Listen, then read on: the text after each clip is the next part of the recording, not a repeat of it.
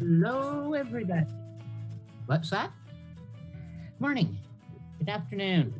Here it is, Monday, April 11th, and we're about to take a look at what's coming up in the gardening week. At the end of this, we're going to have a little 5-minute clip on how to transplant tomatoes. Hang around and take a look at it. It's a real nice little video. It'll give you a lot of good little tips and pointers along the way. So today the moon's in the second quarter. It's swelling. Now, when the moon's more than half that point, we refer to that as a gibbous moon. So you have either a waxing gibbous moon, which means it's getting big and fat, or you have a waning gibbous moon, which means it's still very bulgy, but it's actually shrinking. So the second quarter is a waxing gibbous moon. We're coming up towards the full moon here. We're in Leo today and until early hours of tomorrow morning. The moon will go void, of course, about 3 a.m. tomorrow morning, and it'll slide into Virgo shortly after 7 a.m. Now, Virgo is a pretty good planting sign, and the second quarter is a fabulous planting window. So especially important to get anything that has need for good root development. So might be early enough to put the beets in some of your areas, certainly early enough to put radishes in our neck of the woods, and onions. Onion sets can even go in the ground right now if you like. They are pretty cold hardy. And being in Virgo's an earth sign, so we're looking at really, really good root development anytime we're planting in Virgo. Virgo energy continues on through Wednesday. It'll be an excellent window there all day. No shifting of the moon particularly. And again, it'll be going void, of course, at about 11 in the morning on Thursday morning. Actually slides into the void at 11:11, which is a very, very magical number for people who follow numerology. You've got two power numbers. You got two power numbers, 11 and 11.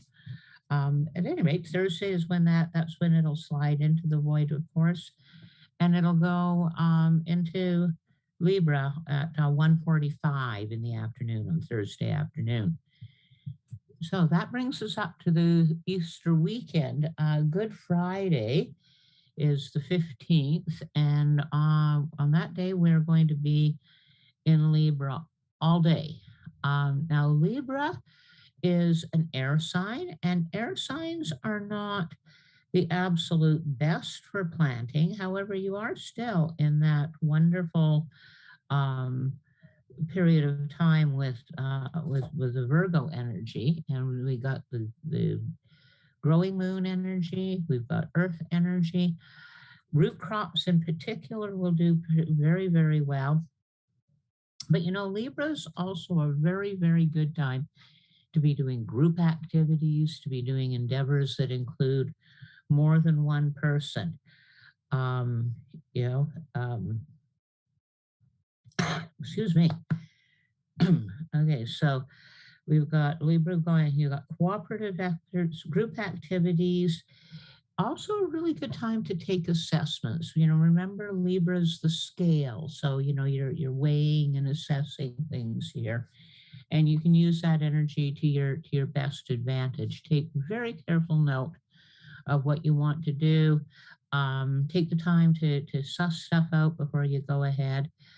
So that's Friday. Then Saturday, we've got the Libra energy is going to be going void, of course, at about 3 o'clock in the afternoon, a few minutes before 3 in the afternoon on Saturday. And then it's going to slide into Scorpio at 5:22 in the evening. Now, Scorpio is a wonderful planting sign. It really is. Scorpio, being a water sign, allows you the opportunity to plant almost anything. So we've got this magical period of time here for Saturday and Sunday where the moon's in Scorpion. It got that really good energy. Now, the moon does go full on Saturday, okay? It goes full at almost noon, 11:52 in the morning, it's going to go full. But with the Scorpio influence and all that water, the moon coming full within that period of time is not going to significantly erase is not going to significantly impact that good soil fertile energy that you've got going on there. So, by all means, plant on Saturday. And then on Sunday, we're looking at Easter Sunday and we're in Scorpio all day long. Moon's in its third quarter by that time. Still a good time to be planting, especially if you're in the water signs. So we got a couple of really long ones that we're just cutting into for all day Tuesday, all day Wednesday, and a bit of a start on Thursday. And then again, we got a couple of times on Friday and Saturday that it's not quite as good, although you could do some planting. And then Saturday and Sunday, we're right back into supremely good planting energy. So, this is a week to get out there and get things in the ground. I don't know what it's like where you are, but what we're finding right here in the interior is we've got a real slow, cold spring going on. We're still getting little pockets of snow here and there. Don't rush the season, although it's a really good planting window and we got some real good times coming up to get things in the ground. Don't rush it. Okay, if your ground's not ready, if the weather's not stable enough for you to get good germination and good growth, it's not a good idea to rush to put the plants in the ground. Wonderful time to be moving your perennials, though. The perennials, if you move them at this point in time when they're coming and just barely coming out of dormancy, it's like they don't even know they've been moved. They're still sound asleep in the ground. Dig around them carefully, split them up, get them moved into their new homes and well watered in. This weather is absolutely fabulous for that. Those little freak snowstorms, those little mini storms that we're getting right now, they're loaded with nitrogen. Atmospheric nitrogen is sometimes referred to as poor man's fertilizer, to have like an early spring snow that just goes right into the ground and you can work it right in. And I've actually seen that in the past few years again, farmers getting out there onto the field and plowing the snow into the ground before it has a chance to melt. Excellent way to fix a bit more nitrogen in your ground.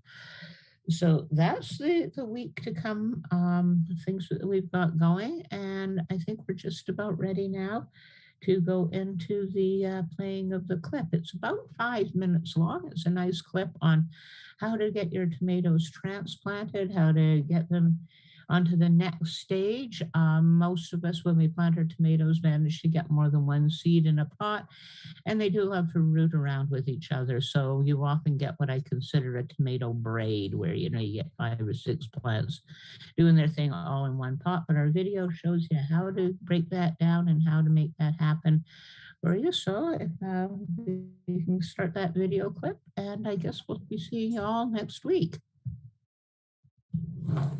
So we've got 6 tomatoes in here. 2, 3, 4, 5, 6, and a little one that I'm not even going to even count. No. And so there's 5 new pots. And step 1, you can see we've got roots coming right out the bottom. Okay, so step 1 is to do that and get it out there. Okay, now tomatoes are the most forgiving of plants in this regard. So you can do this. Okay, just kind of. Don't want to rip the roots off, but nothing's wrong with, exposing them a little bit like this. Getting some of this potting medium off of them. Loosen them up a bit. And I take them and literally move them right over this pot here. Loosen them up quite a bit. Okay. This one here has sort of separated itself.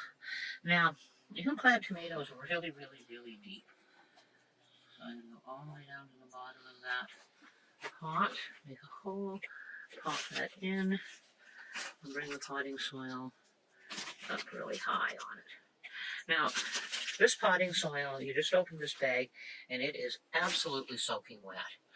This is, I'm glad you got it at a real bargain price, and I'm glad we can open it up right away.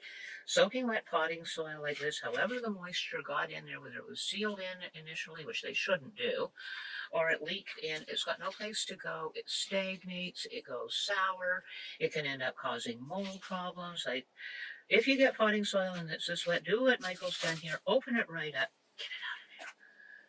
Okay, so back to these. And let's see where we've got now, okay? And you disentangle them as gently as you can from each other. Now, these are your two little starter leaves, and they're long done. So, look at, you've got all of that down there, okay? So, you want to get all of that in.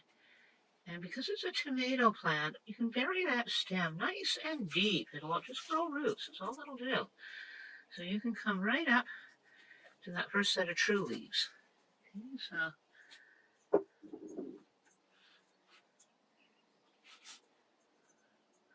again, see how much stem you've got? That's like, feed those in gently. Lay that stem down in that soil and add more soil. Yeah, so you have that buried super, super deep. And then I'll bring all of this root ball here. Go right down deep into this pot. That's not going to grow, so we're not going to bother with it.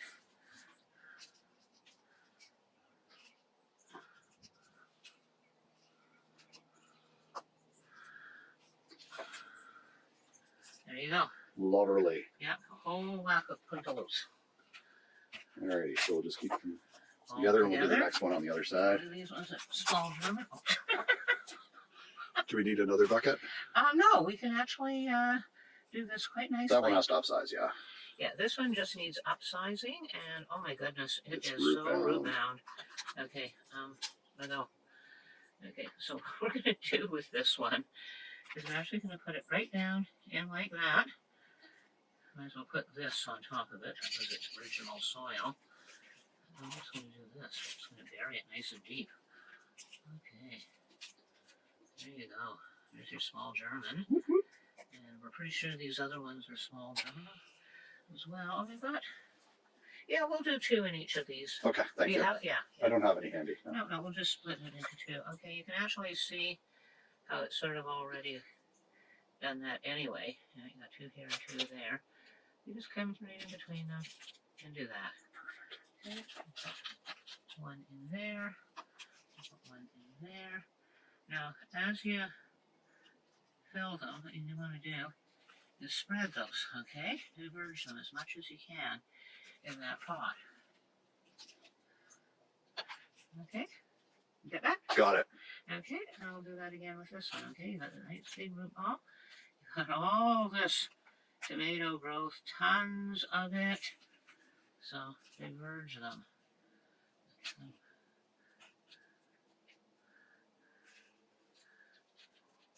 There we go. Transplant tomatoes. Yep. Sweet. Done. Anything else to say today? I think that's about it. Awesome.